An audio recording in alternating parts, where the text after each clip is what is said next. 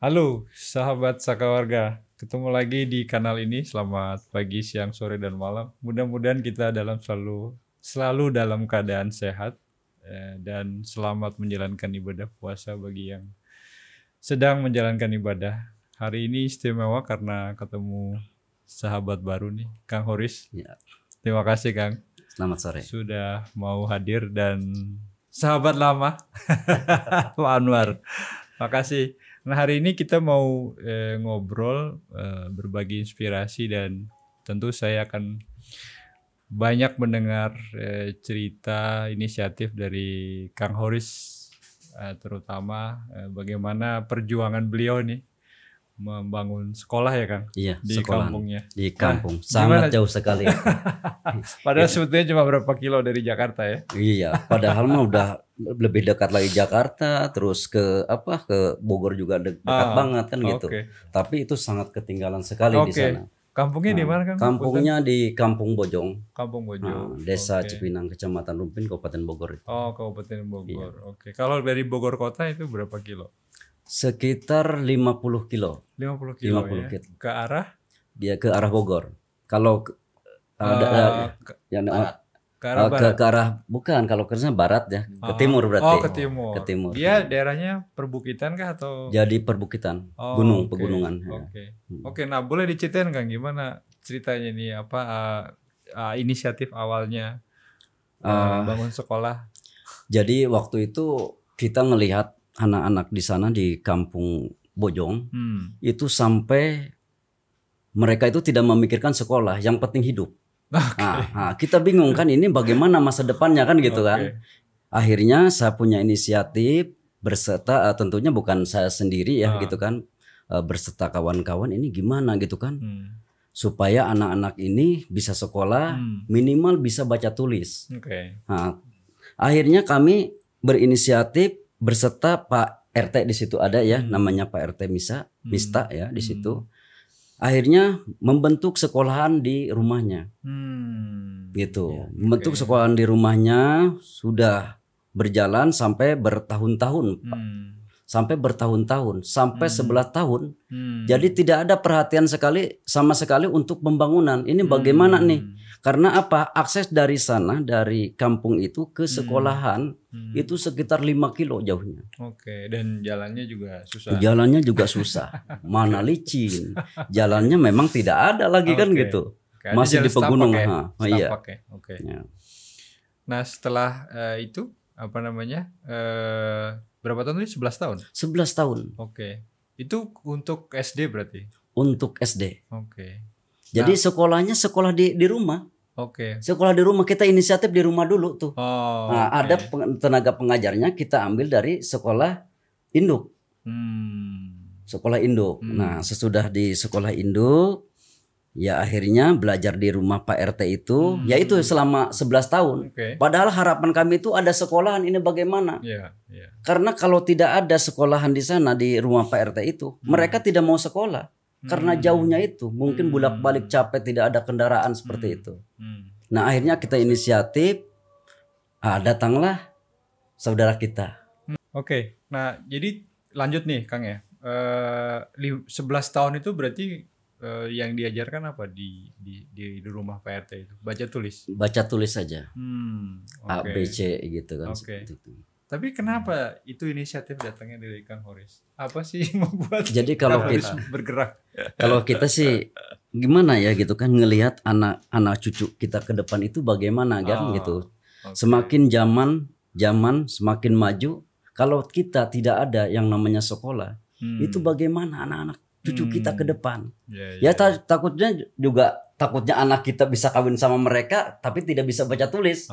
Yang namanya jodoh kan kita tidak tahu. Itu yang harus kita pikirkan. Akhirnya kita inisiatif, cobalah bagaimana caranya supaya di sana itu ada sekolahan. Walaupun butut, dulu kita malah rencana begitu ada kopel ya, rencana ya udah kita buatkan aja seperti kandang kebo. Yang penting ada sekolahan. Yang penting fisiknya ada dulu ya. Iya, karena kita juga berpikir di sana di rumahnya Pak RT itu bagaimana gitu. Setiap hari di sana yang namanya anak kecil kan, yang ada kotor seperti itu. Tapi saya salut Pak RT Saya bangga sekali itu punya Pak RT seperti itu. Oke. Nah, meyakinkan Pak RT supaya rumahnya mau digunakan tuh mudah atau? Mudah. Mudah ya. Mudah. Dia memang Pak RT punya komitmen yang sama ya. Betul. Oke. Nah, ini Om Anwar ceritanya gimana ketemu Kang Horis nih? Ini jadi kawan dekat beliau ini. Ya. Iya, jadi memang dah tahun 2015 sebenarnya kami mulai di Bogor ini dengan mengadvokasi di isu pendidikan. Tapi memang kita belum terlalu jauh jalan gitu ya sampai kampungnya beliau ini, masih di seputar kota sini, Cibinong apa gitu ya. Tapi memang kita menemukan banyak persoalan di infrastruktur sekolah, termasuk yang sekolah rusak dan kemudian banyak anak yang shift gitu ya. Tapi itu menunjukkan bahwa banyak anak yang tidak punya ruang kelas. Nah akhirnya kita olah. Sore ini terutama di Kabupaten Bogor ya. Kabupaten Bogor. Oke. Nah setelah melihat data memang ternyata benar kekurangan ruang kelas itu sangat besar. Jadi banyak anak yang sebenarnya tidak kebagian ruang kelas. Artinya mereka sebetulnya putus sekolah bukan karena memang tidak punya atau keinginannya rendah untuk sekolah, tapi karena akses ke ruang kelasnya yang kecil. Iya, ada yang persoalan dengan akses, ada juga persoalan karena memang ketersediaan ruang kelas kurang.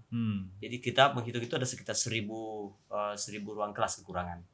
Oke, se-Kabupaten Bogor. Oke. Nah, dari situlah kemudian tahun 2017 ya. 2017. Kemudian kita melakukan survei. Waktu itu sudah bareng teman-teman Yapika. Oke, Action Aid ya. Jadi kita bareng.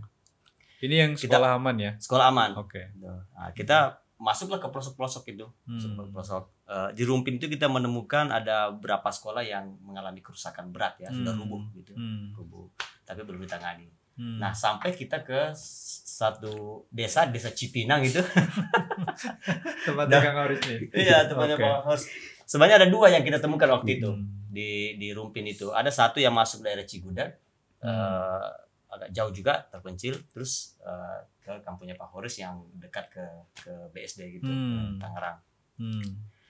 Kita, dari warga ke warga kita ini dapat informasi, terus telusuri, dapat Pak Horis, terus warga, samalah kita ke sana melihat kondisi itu. Dan betul kita melihat kondisi yang seperti yang disampaikan Pak Horis tadi.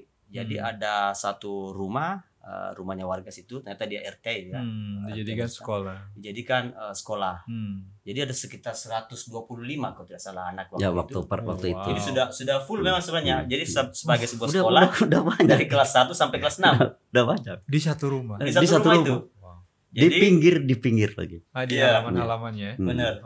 Jadi kita memotret itu, mengambil gambar, ada yang di teras, ada yang di ruang tamu, ada yang di kamar. Artinya sebetulnya keinginan anak-anak di sana sekolah tinggi ya, Kang? Sebetulnya tinggi, cuma mereka malasnya itu karena akses jalan jauh. Gitu. Kenapa tidak ada upaya dari warga gitu untuk minta pemerintah minta sekolah, dibangunkan sekolah gitu? Sebetulnya sudah. Oh, sudah pernah. Sebetulnya sudah pernah. Karena mungkin ya itu seperti itu kan mungkin kendala apa tahu gitu kan, karena di situ mungkin ada aja sumbangan-sumbangan cuma untuk sekolah aja induk terus. Jadi tidak bisa dibangunkan di luar induk. Seperti itu kira-kira. Sekolah induk itu satu kecamatan? Wilayahnya? Satu desa. Oh, satu desa. Satu desa sekolah induk itu. Tapi 5 kilo. Cuma jaraknya itu dari kampung itu ke situ itu sekitar 5 kilo. Oke. Gitu. Dengan jalan yang dengan jalan ya seperti itu udah mungkin kotor banget lah gitu. Oke. Nah, akhirnya berhasil sampai bikin sekolah itu gimana tuh? Setelah berliku-liku pasti prosesnya. Ya, sebenarnya menarik kalau Pak Horis cerita. Ini dari kami ini kan terus dekat dengan warga, ngobrol gimana bisa ini. Hati-hati juga sebenarnya dengan Pak Mista, karena tentu dia merasa bahwa sudah dekat ya, dan mungkin juga sudah terbiasa dengan kondisi anak-anak akhirnya Pak Mista ini Pak RT-nya. Pak RT itu. Tapi setelah kita ngobrol, Pak Mista gimana?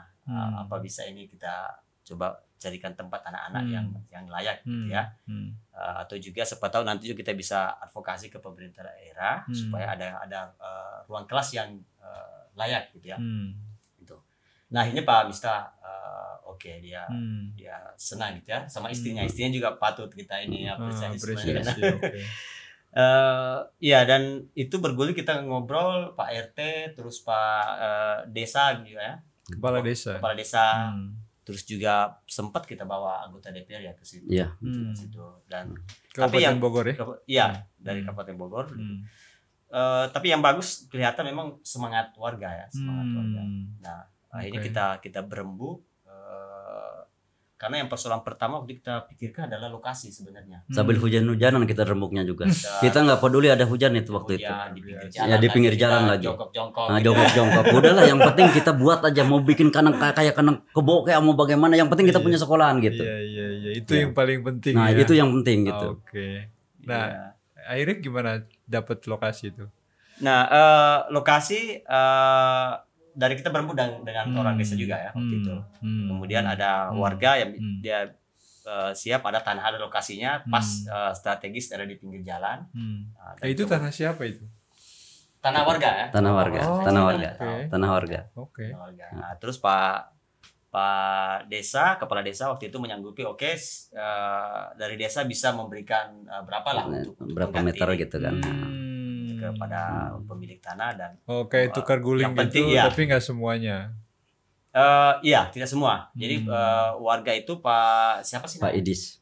Jadi punya lahan cukup luas, tapi waktu itu masih empang. Empang dan gunung lagi.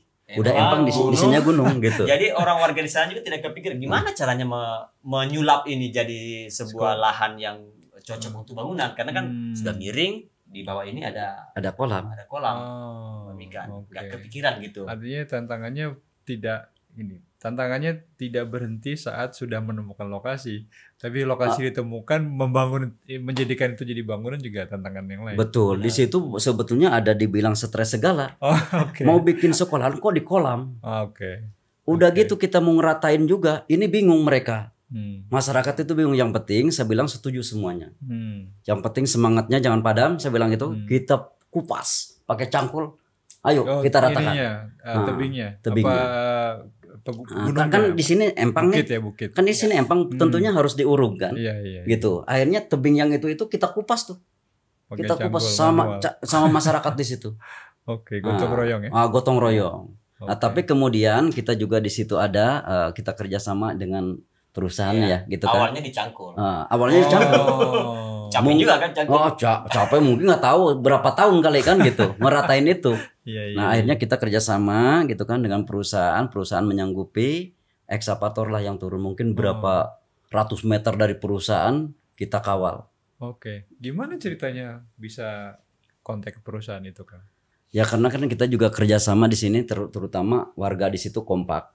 Jadi kita bersama-sama mengajukan proposal itu ke dalam perusahaan, tentunya ditandatangan sama kepala desa ya gitu kan. Akhirnya disetujui karena ini pendidikan.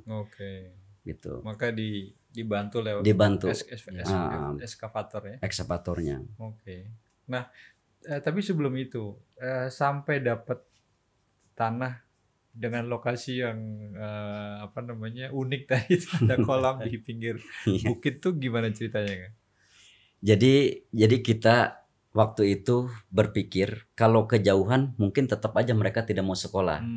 Ada yang rata, lahan, cuma jauh lagi. Mungkin kalau untuk di situ kan ada 2 RT. Ada 2 RT. RT 1 dan RT 2 itu ada di bawah. Nah, jadi kita ambil di tengah-tengah. Masalah di situ mau air apa segala macam urusannya nanti. Yang penting dekat dulu. Ke sini aksesnya dekat, ke sini dekat. Tengah-tengah. Gitu. Akhirnya di tengah-tengah gitu. Nah, karena pertimbangan di tengah-tengah itulah maka dapat tanah yang tadi itu. Dapat tanah yang itu. Dan jadi, memang warganya sejak awal yang punya tanah merelakan itu atau gimana? Iya. Waktu itu kan ada warga lain juga sebenarnya yang menawarkan. Cuma kan posisi tanahnya agak ke atas dia, rata tapi jauh. Sementara ada 2 RT nih yang mau ketemu ini, anak-anaknya mesti ada di tengah ini. Nah, jadi warganya sebenarnya dia ikhlas lah memberikan ke sekolah. Cuma memang dia bilang terserah kalau mau memberikan semacam ganti apa ya, pengganti kebijakan boleh, seperti itu silakan. gitu. Karena juga menurut dia ini kan lahan aset tentu buat mereka dan keluarga. Nah akhirnya pemerintah desa yang waktu itu oke, kita sanggupi aja dengan tentu sudah tidak lagi harga yang yang sebenarnya. Iya, bukan harga pasar ya. Bukan harga pasar. Karena dia Pak Idis juga waktu itu memang dia bilang anak-anak saya juga yang akan sekolah di sini. Gitu. Anak cucu katanya gitu kan. Artinya sebetulnya warga itu ini ya terbuka ya ininya ya pemikirannya ya untuk berkontribusi bahwa ini akan didirikan sekolah gitu. Atau itu juga prosesnya panjang? Prosesnya panjang. Jadi kita mau bikin sekolahan di sana itu ada seorang tokoh agama. Oke. Ngapain sekolah-sekolah segala? Yang penting pesantren. Gitu. Yang penting pesantren. Udah nggak usah katanya kan gitu. Nanti juga bisa baca tulis. Nah, akhirnya kita dengan proses yang panjang juga kita lobby semakin maju gitu kan negara ini gitu kan ke depan. Terus bagaimana kalau kita tidak bisa, anak-anak kita itu tidak bisa baca tulis, minimal kita bisa baca tulis. Nah, akhirnya mereka ya udah gitu. Ya alhamdulillah sampai kita buatkan juga perjanjian di atas materai agar sekolahan itu ada. Cuma dengan persyaratan ABCD. Seperti ya kalau di sana itu memang agamanya gitu kan. Jadi udah tradisi. Tidak boleh ada yang lagu-laguan apa segala macam seperti itu. Nah, jadi dibuat aja yang penting ada sekolahan. Tujuan kita itu yang penting anak-anak di sana itu ada sekolahan aja. Gitu. Tapi lagu Indonesia Raya boleh kan? Boleh. Yang penting tidak pakai speaker. Ya, tidak boleh pakai speaker juga. Iya, itu termasuk daerah yang tadi tuh apa istilahnya ya, anti speaker ya. Gitu. Jadi memang masih itu ya. Gimana cara membahasakannya ya? Salafi gitu ya. Tradisional ya. Iya, betul. Betul. Itu budayanya itu tetap dipertahankan. Kalau dulu di terminologi yang orang-orang Nahdlatul Ulama itu ada pesantren salaf kan? Iya, betul. Yang memang dia nggak boleh baca koran, dia nggak boleh lihat TV, radio seperti itu. Pokoknya ngaji kitab aja. Iya. Di situ masih kuat. Masih kuat. Jadi tetap harus kita pertimbangkan sebenarnya itu. Tapi akhirnya disetujui dengan syarat-syarat tadi ya. Disetujui. Alhamdulillah. Jadi boleh upacara bendera, yang penting tidak ada speaker. Tidak ada speaker. Boleh nyanyi Indonesia Raya. Karena dari zaman dulu pun kata ulama di sana itu boleh kata gitu. Kita juga senang. Ya, yang penting kan tujuan kita ada sekolahan. Iya. Gitu. Nah, sekarang udah ada kesepakatan, sudah ada tanah. Proses sudah mulai dilakukan pembangunan ya, dan tadi dapat bantuan eskavator dari perusahaan. Nah selanjutnya apa? Tantangan selanjutnya apa? Selanjutnya terus jalannya bagaimana? Akses menuju sekolahnya. Akses ke sana. Akhirnya ekskavator itu kita tahan selama 1 minggu di sana. Sekalian kita bikin jalan. Gitu. Alhamdulillah motor mobil udah bisa sekarang. Dan sekarang sekolah sudah berdiri? Sudah berdiri. Cuma belum ini ya. Iya, belum. Jadi sekarang sudah berdiri sekolahnya, masih nginduk ya. Masih anakan dari sekolah induk. Kelas jauh ya namanya? Sekolah jauh. Sekolah jauh. Sekolah SDN kelas jauh. Kelas jauh. 03. Iya. Sebenarnya sih warga di sana itu kalau tradisi gotong royong masih kuat. Jadi gotong royong hari Sabtu Minggu gitu ya, dia jalan gitu ya. Dan itu sebanyak berapa kali juga di apa tadi tuh mencangkulin lereng area itu lereng gitu kan. Cuma kan tidak kuat dan kiranya lama. Ya itu satu aset, tapi kemudian kan kita bilang mungkin akan betul-betul lama ini ya. Ini betul lama kalau hanya satu kali cangkul itu. Bahkan anak-anak sekolah yang kelas 6 itu turun juga nyangkul gitu. Ikut bantu. Anak-anak kecil semua pada turun. Termasuk ibu-ibunya. Ya, gitu. Jadi kepikiran bahwa kalau sekolah mau dibangun mungkin tinggal kita cari bantuan untuk material sebenarnya waktu itu kan. Nah, warga bisa bantu untuk ini. Nah, waktu itu sudah ada komunikasi bagus lah dengan teman-teman Yapika waktu itu. Kita dengan Yapika terus kita bawa juga teman-teman Yapika datang ke sana melihat lihat lokasi ya. Lokasi. bukan ke lokasi dulu, ke sana dulu, ke lihat sekolahan dulu Sekolahnya anak-anak itu gimana ini. masih belajar di sana kan gitu waktu itu disurvei Jadi dulu. sementara proses ini anak-anak juga masih belajar di sana. Di ruang PRT Di tadi. ruang PRT. Oke. Jadi masih bisa ditengok lah kondisi Iya. sebenarnya. Nah, temannya Pika lihat, oke, coba kita komunikasikan ini dengan pihak mana yang bisa bantu. Gitu. Nah, waktu itu banyak lah setelah kita keluar, kita komunikasi dengan kawan-kawan, dengan teman Pika, adalah yang kemudian tertarik gitu ya. Kalau tidak salah waktu itu, jadi konsepnya memang waktu itu kita sudah 100% oke, kita pindah. Kita pindah. Mau bagaimanapun bentuk bangunannya, yang penting ada dulu lantai gitu yang kita pikir ada lantai. Dan setengah badan kalau bisa setengah badan aja. Nggak usah kayak ke bawah aja gitu. Memang kita konsepnya udah dengan Pak Anwar waktu itu hujan-hujanan. Di jalan lagi. Hujan-hujan nggak apa-apa. Yang penting kita punya sekolahan, kita buat seperti kandang kebo. Iya. Jadi setengah badan aja udah gitu kan. Yang ketutup. Yang ketutup. Yang atasnya kebuka. Iya. Yang penting atapnya. Yang penting ada atapnya gitu. Dan tanahnya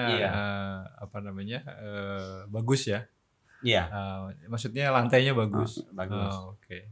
Tidak pakai ubin. Waktu itu kepikiran di plester aja. Terus atapnya kalau nggak ada duit juga pakai atap ilalang aja. Yang penting bisa ketutup di anak-anak bisa belajar, nggak ada hujan gitu ya, nggak ada matahari yang panas.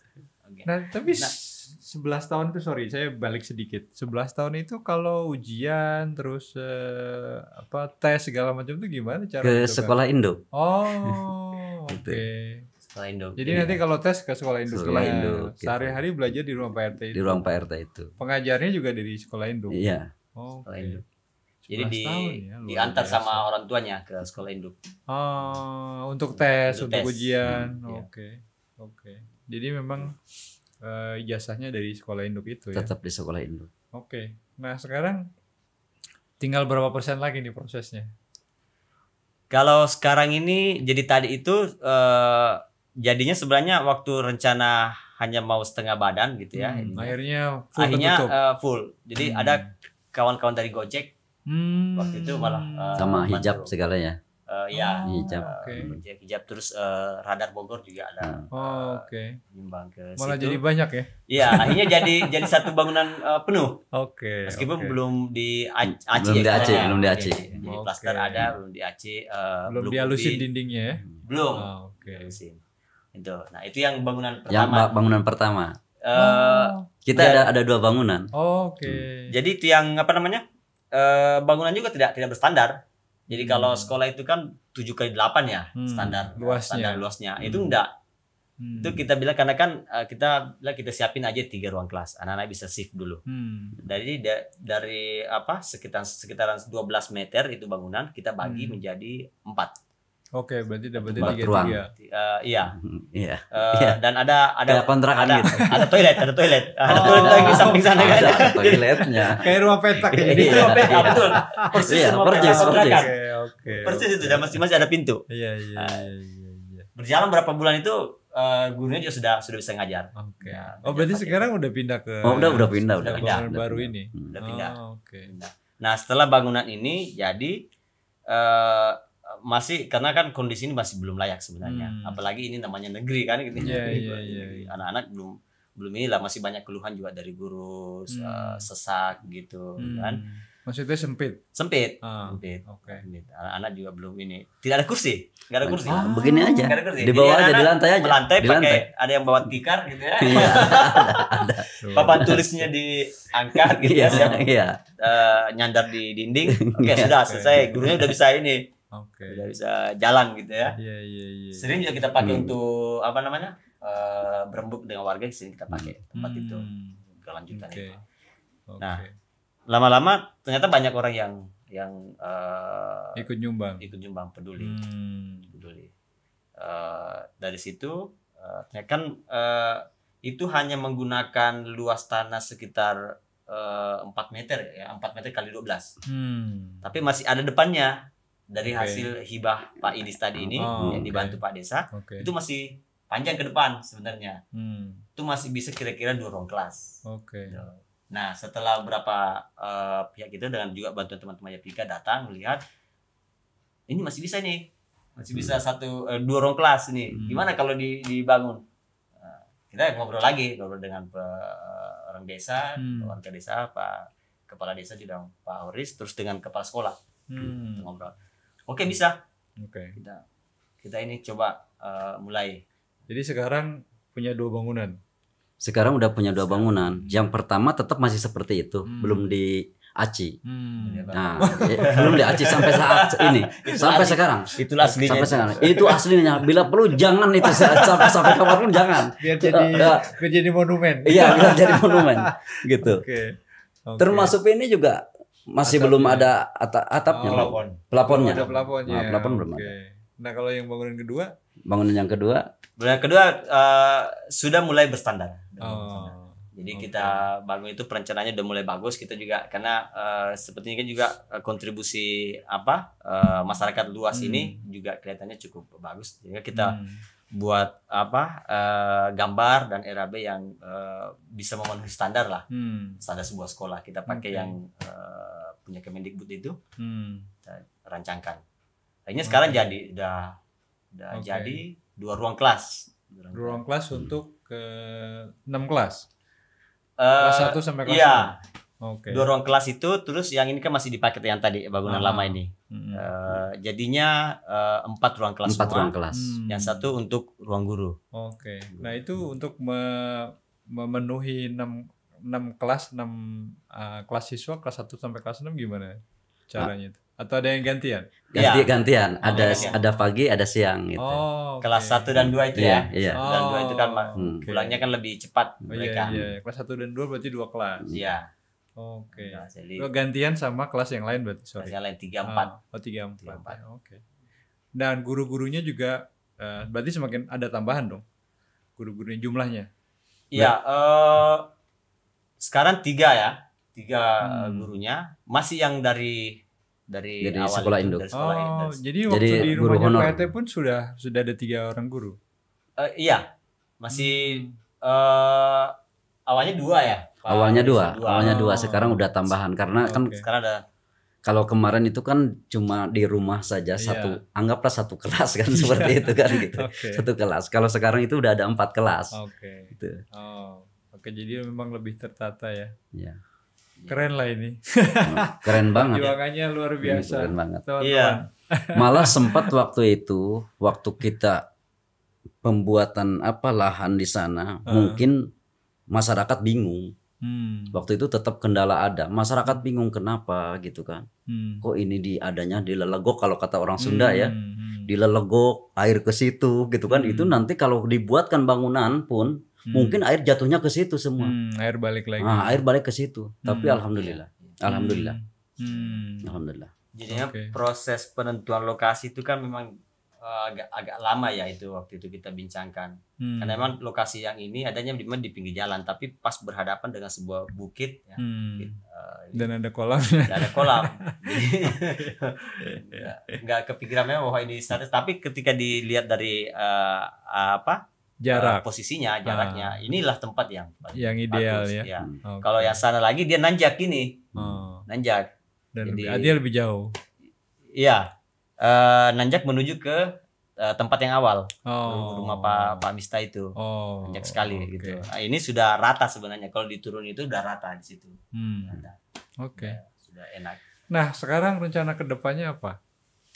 Setelah udah berdiri meskipun tadi yang pertama ya, Kang harus bilang masih jauh dari standar tapi sudah bisa digunakan lah ya sebagai kelas meskipun bentuknya kayak rumah petak misalnya. Kalau sekarang malah sudah ada mejanya kan gitu.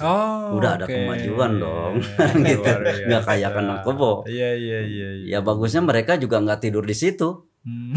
Iya, udah kayak rumah petak kan gitu. Iya benar. Tapi alhamdulillah malah sekarang itu yang sekolahan yang pertama itu selalu ada tempat kita rapat dengan warga ya di situ. Dijadikan tempat. Jadi banyak manfaatnya juga gitu. Oke. Bukan hanya buat sekolah ya. Iya. Oke. Jadi peralatannya semakin lengkap sekarang. Iya, semakin lengkap. Papan tulis juga udah ada, tidak lagi miring kayak tadi ya, jadi ditempel permanen gitu ya. Ditempel sekarang. Pakai spidol. Oke. Nah, memang jadi sebagai sebuah standar sebuah sekolah itu belum sih sebenarnya memenuhi. Jadi yang masih tadi itu ruang kelas itu yang masih berstandar. Sementara kan yang satu ini belum. Yang satu belum. Itu yang PR pertama sebenarnya. Kedua, kita sebenarnya berharap sekolah ini bisa jadi satu unit sendiri. Jadi mandiri, pisah dari bukan sekolah Indo. Kelas jauh ya. Iya. Oke. Itu sebenarnya yang kita harap sekali dari pemerintah daerah bisa memberikan label ini sudah berdiri sendiri, ada kepala sekolahnya, ada gurunya gitu ya, dan mengelola biaya operasional sekolah sendiri. Dan selama ini dari pemerintah daerah apa ya? Nah, kontribusinya. Kalau tadi cerita itu memang kan cerita masih pada kita nih dengan masyarakat inisiatif luas. warga ya. Inisiatif warga dan kemudian bantu masyarakat luas dari Jakarta, dari Bogor yang mendirikan ini sekolah. Kemudian kita serahin tuh aset tuh ke pemerintah daerah. Belum ada sampai sekarang, kecuali memang sekarang kepala sekolahnya cukup bagus kepala sekolah ini, dan kabel-kabel karena sekarang sudah harus diberikan listrik ya, dalam lampu itu kabelnya udah diusahain sama pihak sekolah.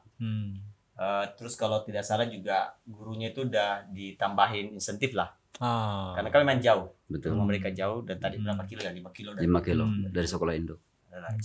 Masih sebatas itu. Sip kalau gitu.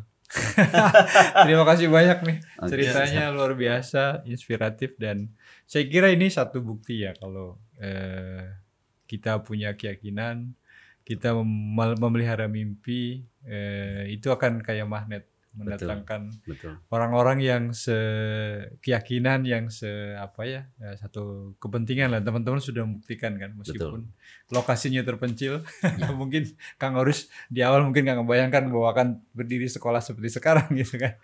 Tapi dengan keyakinan akhirnya ketemu banyak pihak, termasuk melalui teman-teman Kopel ya. Sekali lagi terima kasih atas ceritanya yang sangat inspiratif.